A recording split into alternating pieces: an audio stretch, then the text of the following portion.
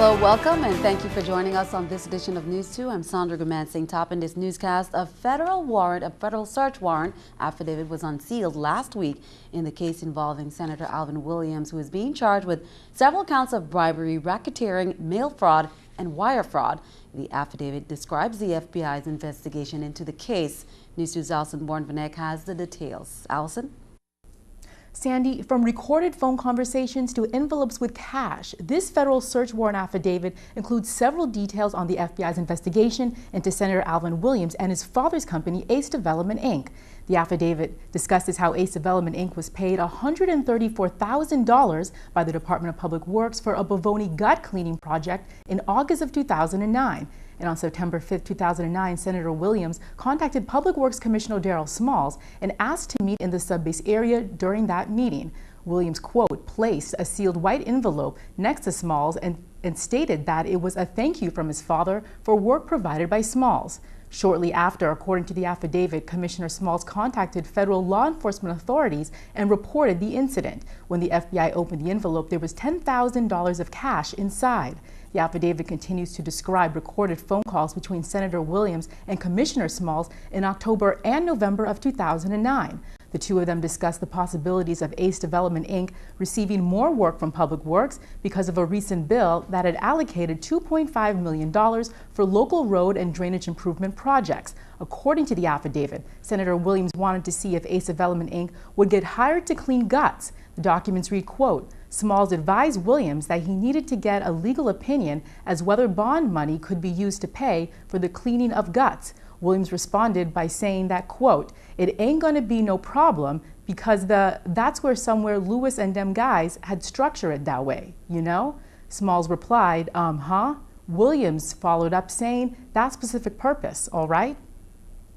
Meanwhile, the affidavit continues to discuss wire fraud allegations with University of Phoenix. It includes information from several confidential sources and says that Williams had other people do work associated with his online university degree pursuits. We'll have more on that in later newscasts. Sandy? Meanwhile, here's an update on an assault victim who was badly beaten in a female bathroom at Magens Bay. According to the Virgin Islands Police Department, the assault victim has died and passed away on December 18th. Back on November 23rd, 5 minors assaulted 65-year-old William Hyde and have since been charged with attempted murder. Among several other charges, police say that Hyde had been transferred to a stateside medical facility by family members, but was taken off life support on December 10th and died on Monday. Youth Investigation Bureau detectives are asking for your help in locating Shanara Diaz. Diaz is a missing minor who was last seen at St. Croix Central High School on December 13th. She is 17 years old, 5'2", and weighs 190 pounds. Diaz has a light brown complexion, brown eyes, and black hair. Police said Diaz may be in the company of Rasjahida Escobar. Escobar is another runaway minor who was last seen at St. Croix Central High School on December 13th. She is 15 years old, 5'4", and weighs 150 pounds. Escobar has a dark brown complexion, brown eyes, and black hair. Police are asking anyone who knows the whereabouts of Escobar or Diaz or has seen any of them lately to report their location to the police. You are asked to contact the Youth Investigation Bureau at 712-6088 or Police Emergency 911. Anyone found to be harboring the missing minors, assisting to evade police, or persuading to stay away from home can face criminal charges.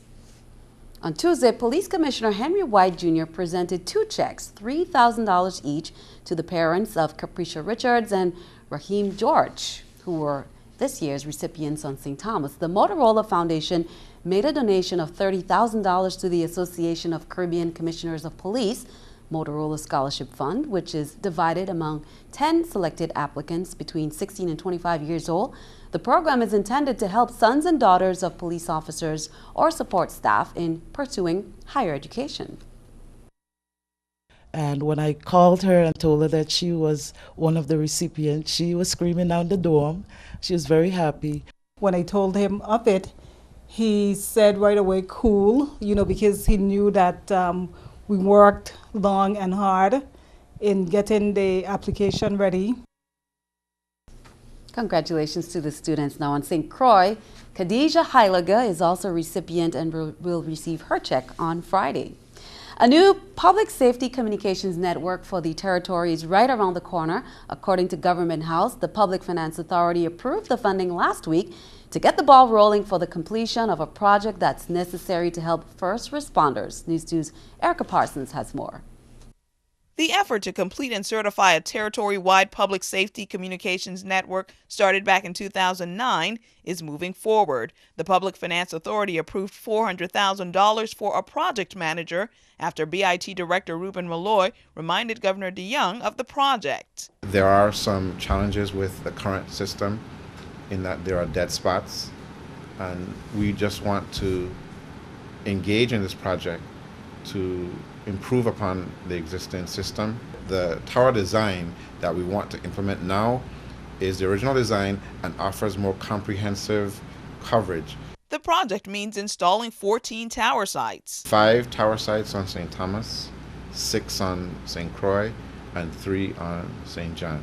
As a requirement, 7 new towers would be constructed, 1 existing tower will be made taller, and existing equipment has to be relocated from 4 tower sites. The project is estimated to cost between $1.6 to $2 million, but those numbers could change once the project management team makes a final determination. BIT officials say they're working, though, to make sure that this project is completed by early 2014. We hope to complete the entire project by spring of 2014, which is in a very aggressive timeline.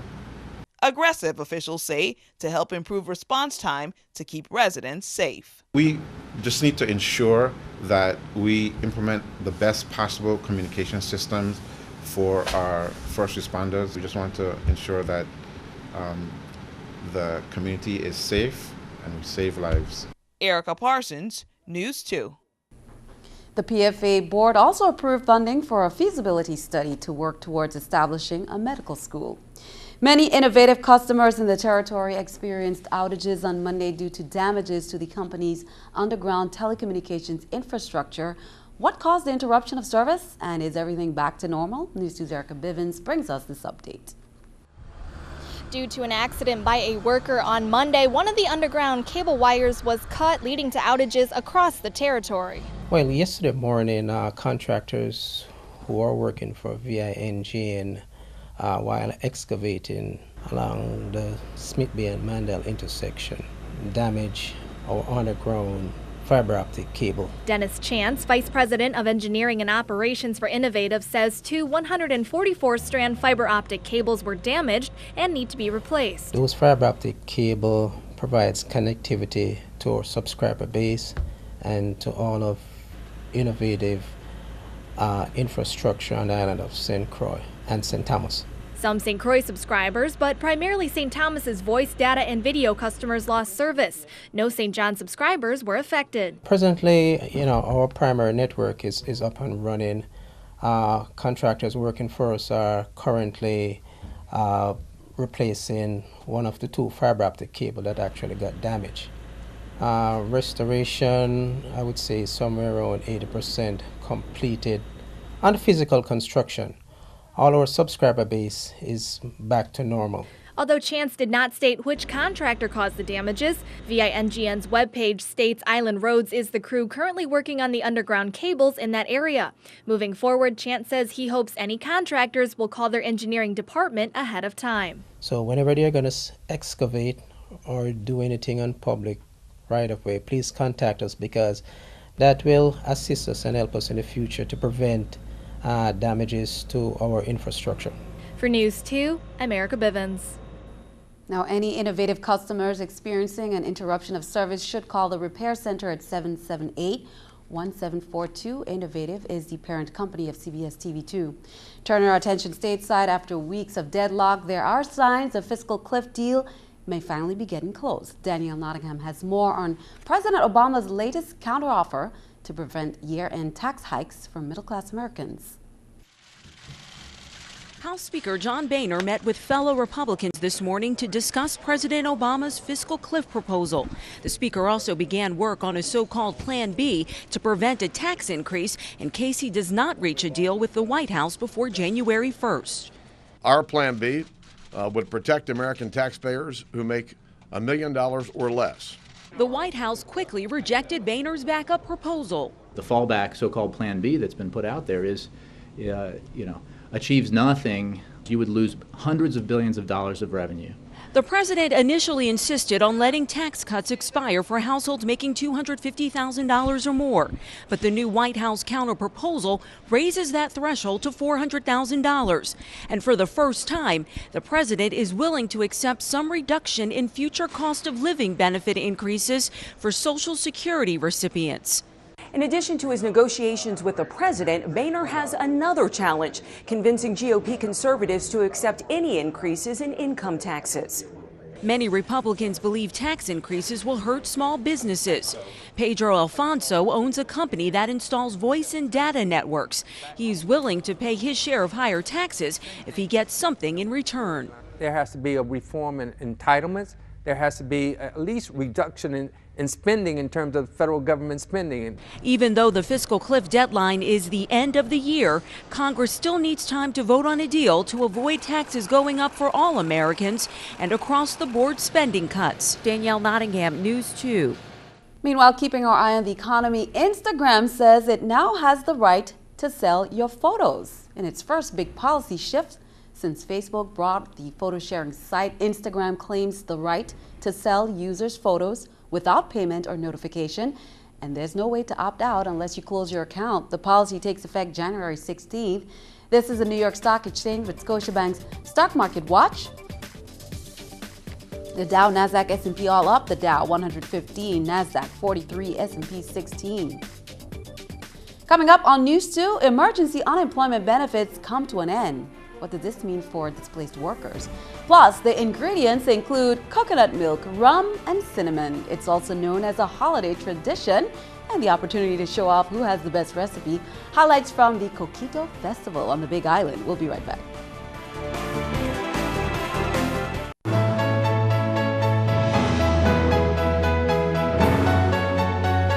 The Department of Labor announced on Monday that the Federal Emergency Unemployment Compensation Program will come to an end this month, a recent decision made by Congress that will take away additional unemployment benefits and may affect about 1,300 or more residents in the territory. News 2's Janisha John brings us the story. For many residents in the territory, the search for employment has become extremely difficult, and while many still search, they may be faced with yet another burden as Congress seeks to end emergency unemployment compensation, or EUC, benefits. Many in Congress had argued that we don't need to extend these benefits further, but there are a lot of people who are still out of work, and furthermore in the Virgin Islands, where we're just beginning to see more of the recession come on, especially with the closure of Havensa. We are especially hard hit. Since 2009, the EUC benefits have allowed for an extension of local unemployment compensation for job seekers, giving many the sustenance needed until they find jobs. The Virgin Islands Trust Fund is responsible for 26 weeks of unemployment compensation. The extended benefits are an additional 46 weeks of unemployment, which is almost a year more. The federal government funds that piece, and what they're contemplating now is whether or not to continue it. A decision that will affect about 1,300 unemployed in the territory if Congress does not extend the program for next year. If we don't get a reprieve from Congress this time, the end of the benefits is extremely stark. Come December 29th, all the extensions are done. So if you were getting paid on any level, your last check would be the week ending December 29th. It's out of the control of the local government to effect any type of decision change in it. And we just basically trapped. Before, when we had $52 million in the trust fund, we could have created our own extended program, but even that is gone now because we've just been hit with such hard times in this recession. The federal program's end date means that no new EUC claims can be filed past December 23rd, and those receiving EUC benefits will no longer receive payments past December 29th. For News 2, I'm Janisha John. Now, for more information on the EUC program deadlines, visit www.vidol.gov, or you can call 773-1994 on St. Croix or 776-3700 on St. Thomas.